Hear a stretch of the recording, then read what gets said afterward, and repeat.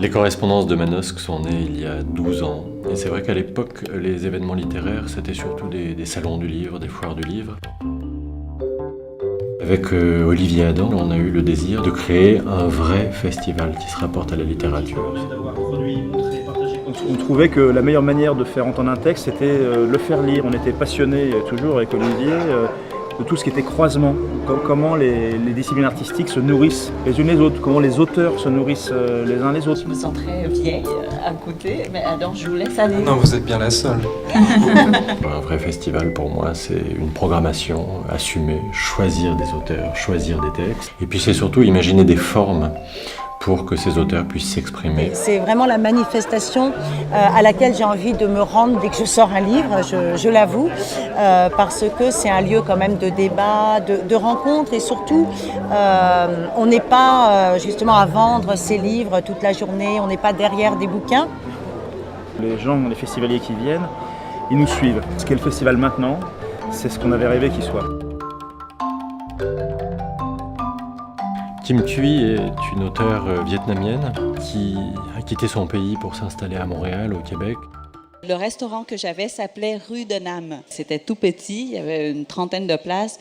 Je cuisinais, mais je faisais aussi le service et surtout la planche. Et quand j'ai décidé de fermer après 4 ans et demi, c'est parce que j'avais lavé juste moi, sans les employés, au-dessus de 10 000 assiettes.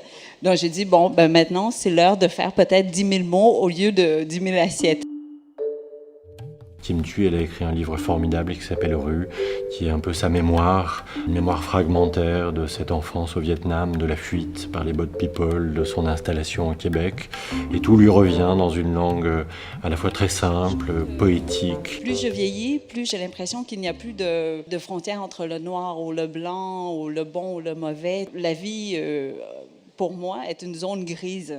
Et je l'ai appris surtout de Tim O'Brien. C'est un auteur américain qui a fait la guerre du Vietnam et qui a écrit The Things They Carried. Il y a une image qui est extraordinaire. Il a vu un des soldats qui a marché sur une mine et au même moment, il a vu son copain s'envoler comme ça dans les airs avec la pression de la mine qui explosait. Et il dit, même si on sait que c'était un moment atroce, malgré tout ce qu'on sait, le rationnel, les yeux ne peuvent pas s'empêcher de voir la beauté de cette image-là.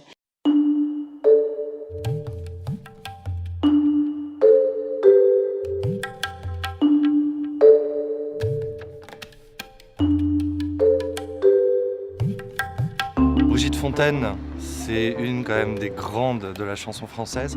Et il se trouve qu'on invite tous les ans des chanteurs, des musiciens à venir nous parler soit de leur livre de chevet, soit de leur livre quand ils en ont écrit.